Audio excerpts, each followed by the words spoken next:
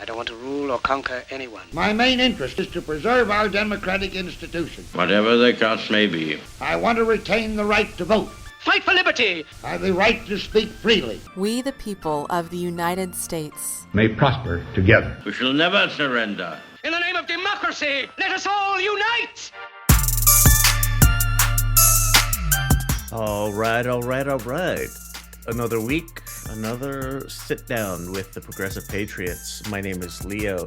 It is presently 21:30 on September 18th. So whenever it is that you're listening to this, has the world exploded yet? I don't know. You know better than I would.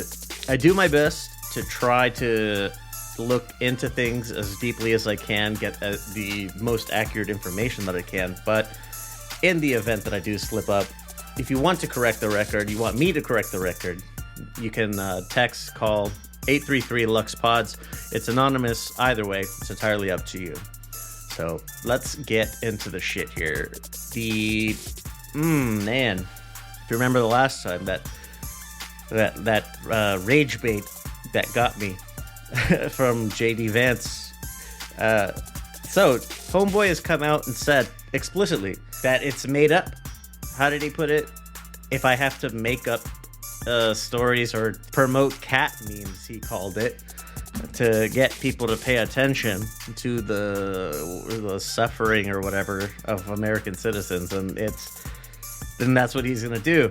The problem is that he's not just promoting cat memes, and we both know.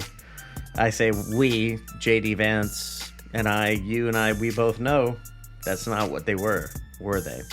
I don't know, dumb fucking cat videos or dumb cat shit. That's not what this was. You know it, I know it. I think the reason I've kind of figured out that it bothers me so much that this fucking clown does this kind of thing is because he served in the Marine Corps, just like I did. And I think that's why it just pisses me the ever-loving fuck off. You're being intentionally dishonest. It's not like you're misspeaking or mistakenly saying something, repeating something that isn't true. No, you are willfully saying things that are false and then lying about why you're doing it. If there was a problem in Springfield, Ohio, Sen Vance has been senator of Ohio long enough that he should have already heard about these problems if they really did exist. He should have already known about these things. These are his constituents, and he has to perpetuate some nonsense, harmful lies and then he tries to justify that as an attempt to draw attention to the actual problem that's happening there, which, where the fuck have you been? If there really was rampant suffering as you claim there is, if there really has been that, then you should have noticed this by now. You've had ample opportunity to speak up about it to this point, and you haven't. So it must not have been that important. All right, the primary thing that I wanted to talk about for this release was the second attempted assassination on President Trump. And attempted assassination, that's a pretty strong word, because not a whole lot really happened. That isn't to say that it's acceptable behavior or anything like that, but not a whole lot actually happened. So I'm gonna refer to him as ass face. That's what I just wrote down as I was taking notes on this. He was hiding on the public side of the fence for the golf course that Trump was at. He was there for 12 hours, right? And something that has come up is it must be an inside job, right? It must be the Secret Service trying to help. They're feeding information to somebody to do whatever. And it's important to point out that Trump notoriously spent the majority of his presidency, I say that as 50% plus one, golfing, okay? At his own golf courses, making Secret Service and everybody else pay into his resorts to stay there and rent golf carts and shit and eat and all the rest of it. So he's notorious for golfing all the fucking time. And this fucking ass-faced person, we don't know yet. It's possible it'll come out later. I don't think it's a stretch to say that this guy just had to go to the Trump resort and wait. And if he didn't show up that day, come back the next day. If he didn't show up that day, come back the next. Right? Trump golfs all the fucking time. That's like all he does. Which, if he was just some rich 80-year-old asshole, that's fine. It's completely fine. Go be a dickhead on the golf course. Whatever. Who cares? But if you're going to do that, maybe stop trying to run for president. Just a suggestion. Right. So, I had mentioned that ass-face, that attempted assassination is a really strong term. He didn't get any shots off or anything. All of the reported shots fired were from the Secret Service to ass-face. If he was aiming to assassinate a former president, he didn't seem to be prepared to do so at all. Which, good, because if that was a capable person in his position, then no thank you. That's not something that I would wish upon anyone. The way that I put this in a group chat was, the kind of metaphor that I drew was, we have two 15-feet poles standing out in the middle of a field. One of them is metal, the other one is wood. Now, the metal pole is a fucking asshole all of the time, constantly baiting people into their worst behaviors. And it does this, it does it so much that it causes an electrical storm to happen in the sky. Lightning starts fucking shooting everywhere. And now people are mad that the metal pole is being struck by lightning. I don't know what you want, man. I don't know what to tell you. JD Vance made it a point to say that, oh, well, no one's trying to assassinate Harris. So this is clearly because the political left speaks in such a way that it pushes people to act in that way. I don't know. I don't think so. I don't think that's the case.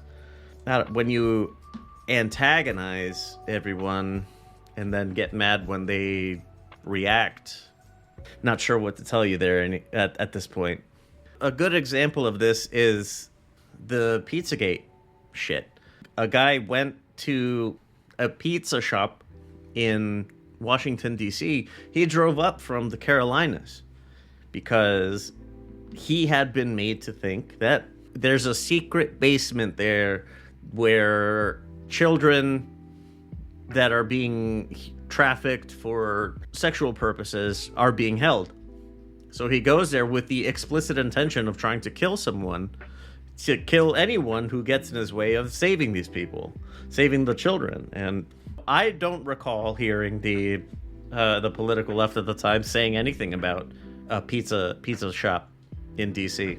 And so really only one side of the situation that was talking about it. So I don't know. From what we can tell, Butthead was a 2016 Trump supporter, and then he just, it's like his mind kind of crumbled and he became all over the place. He was a 2020 Biden voter, so there's that. But he had all kinds of wild stances on everything. Like, he went further down the rabbit hole just with the anti-Trump sort of lens affixed to him. Like I said, this isn't something that anybody should wish on anyone.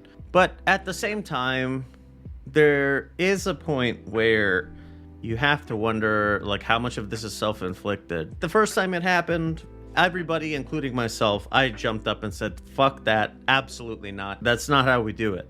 I say the same thing now, that no, that isn't how this is done. I do not know of any on the level progressive spokesperson, media outlet, or elected official that condones or let alone promotes this kind of behavior, right? It doesn't happen. Every time that someone says, including myself, that Trump is an existential threat to democracy, I stand by that. I do. But there is absolutely no rationale or justification for using violence as a means to correct that issue. That's not how we do it. That's not how things are done here. I'm not sure how much more clearly it can be said that nobody on that I have seen, and I am in the fucking weeds with this stuff. I have not seen and continue to be on the lookout for people saying or promoting violence as a means of recourse. No, it's not happening. It is not happening. It does not happen. So how did I say it in that little press fucking engagement I did? Ballots, not bullets. That is how we resolve our issues here. You want to talk about who's being politically violent and who isn't. Whenever there's a shooter of any kind, mass shooter of any kind, it always comes down to what does the person look like? And that's when we get to determine, well, when I say we, I should say instead that's when the political right determines how are we going to respond to this. The first shooter was a Trump voter that, by all accounts, by all evidence, he was seemingly intent on just the biggest person that was closest, soonest. That was who he was targeting. And it just so happened to be Trump. He looked up other people, and he looked up Democrats first. But because it was Trump, because the guy had donated to some fucking cause, some progressive cause a few years before, he gets the treatment of like, this is the left's fault. Then this dude, the new one, is a Trump turned Biden voter. So for that reason, it gets blamed on the left. But we have mass shooters who explicitly act saying that they were radicalized by Trump and his ilk, that style of rhetoric. They were radicalized by that, so they decided to act to murder anyone and everyone that they felt they were told to attack. But then we say that those are lone wolves, lone actors. I mean, I know why it is that way. I know why they're viewed that way. But it's still, it seems to me that there's only one particular candidate whose rhetoric incites people to act violently on their behalf or against them. January 6th is the prime example of someone's violent rhetoric causing violence. So till that circle is squared the way that it fucking should be, I don't know how we're going to have an honest conversation about this until that conversation is settled. It's worth noting that this guy is also a convicted felon and was able to get an AK-47 style rifle with a scope. That's what he was trying to use to commit the crime. And I point that out because Florida most recently lowered all the restrictions on purchasing firearms. So, I don't know, man. What the fuck do you expect to happen? A crazy ass guy flies in from out of state, walks into a gun shop, buys an AK-47, and no questions asked? That's acceptable to you? This is what you want, isn't it? Isn't this what you wanted? The Second Amendment. It's more important than anything else on earth. Nothing else matters more than the Second Amendment. So here you go. There's a dude buying a gun, and because he shoots or wants to shoot someone you like, now we care? All these arguments about, we gotta stop the drag shows and the trans affirming anything because protect the children. But when children are massacred in schools, you don't care? Those are an acceptable sacrifice on the altar of freedom. But your candidate person that you practically worship That's not acceptable. I don't know. Last I checked, that was a Second Amendment loving American who would gladly give their life on behalf of the Second Amendment, right? That's what I thought. No matter what the cost, as long as the Second Amendment is upheld. Who needs red flag laws that would catch a fucking convicted felon? Who needs those? Well, now we do, because, you know, it went against our interests. All of this talk, or coming from the right, political right to the political left, saying that we, because I count myself among the left, but we need to tone down the rhetoric. We need to bring the temperature down. We need to stop saying X, Y, and Z things. And for the most part, a lot of these things that they're talking about are just quotes from them, right? Referencing Project 2025, and then them saying, we need to tone down the rhetoric. Bitch, that's your project. It's not ours. Or the shit about Democrats need to stop demonizing Trump for the dictator on day one stuff. Like, we didn't say he's going to be a dictator. He said that. He said he's going to be a dictator. Nobody put those words into his face. He made them up for himself because that's what he wants to do. I'm not sure what it is that we're supposed to stop doing, because you're the ones being fucking crazy. It's come to the point, like, to take it back to the polls in the field, lightning storm shit. What more do you want? Maybe you should stop being assholes. That's really the only thing I can think of. Maybe you should stop being assholes, and people will stop hating you so much. I am absolutely victim blaming. Let me wrap up with a few other things. One thing on the election, the Teamsters Union declares they're not endorsing either candidate. There was a big to-do about the president of the Teamsters Union speaking at the RNC, and the president of the Auto Workers Union spoke at the DNC and made it really clear who the UAW will be supporting compared to the Teamsters, who tried to make it seem like they're doing we're playing both sides so we come out on top kind of thing. So what, I guess that's fine, I suppose, you know, do what's in the best interest of your union. The Longshoremen's Union is set to strike on October 1st.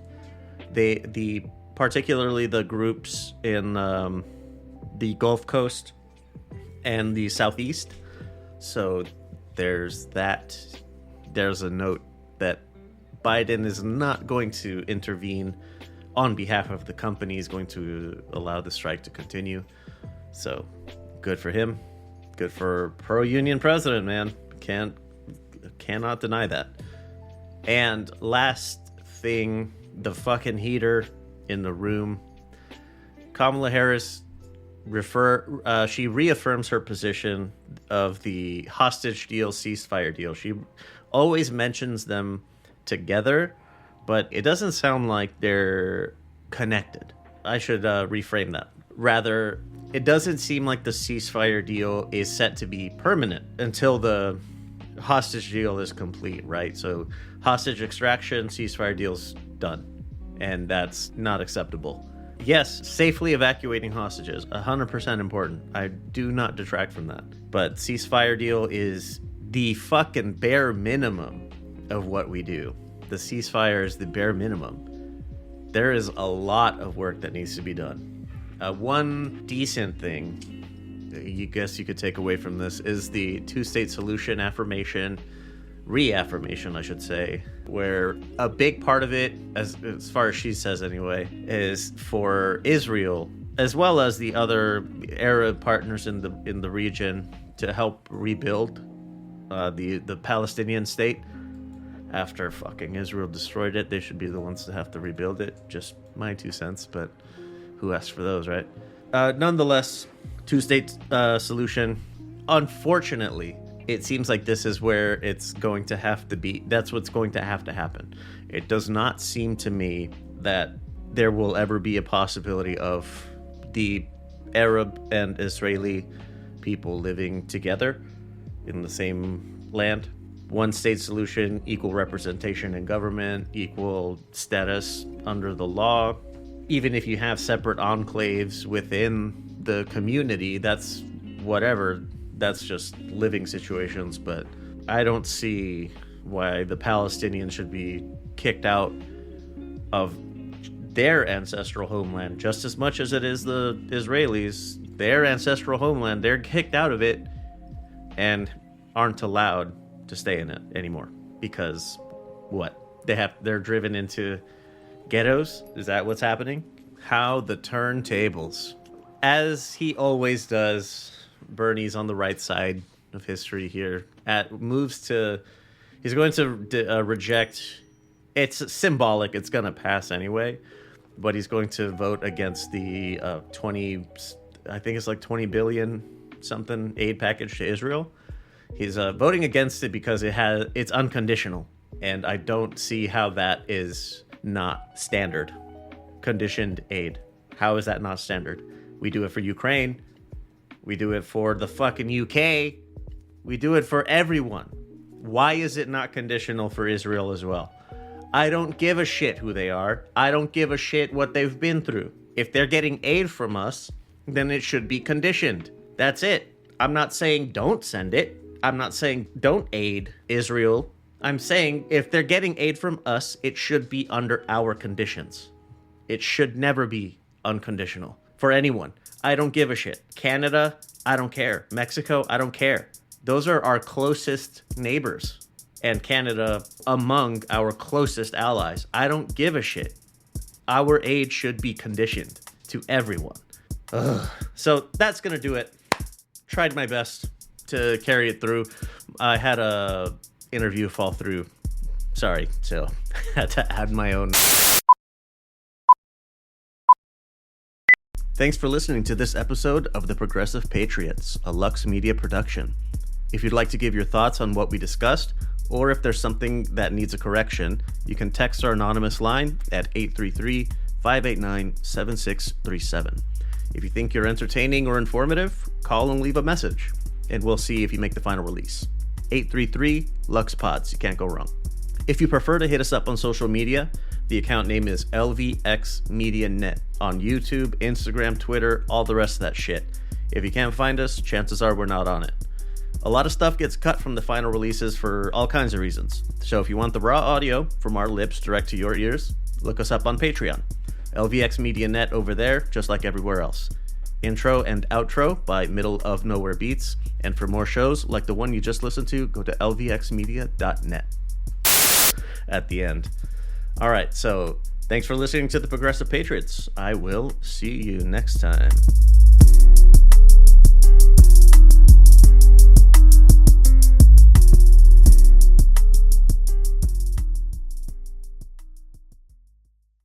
To those who can hear me, I say, do not despair. No dictatorship can exist with suffrage, freedom of speech and press. The misery that is now upon us is the bitterness of men who fear the way of human progress. Life can be free and beautiful. The hate of men will pass, and the power they took from the people will return to the people.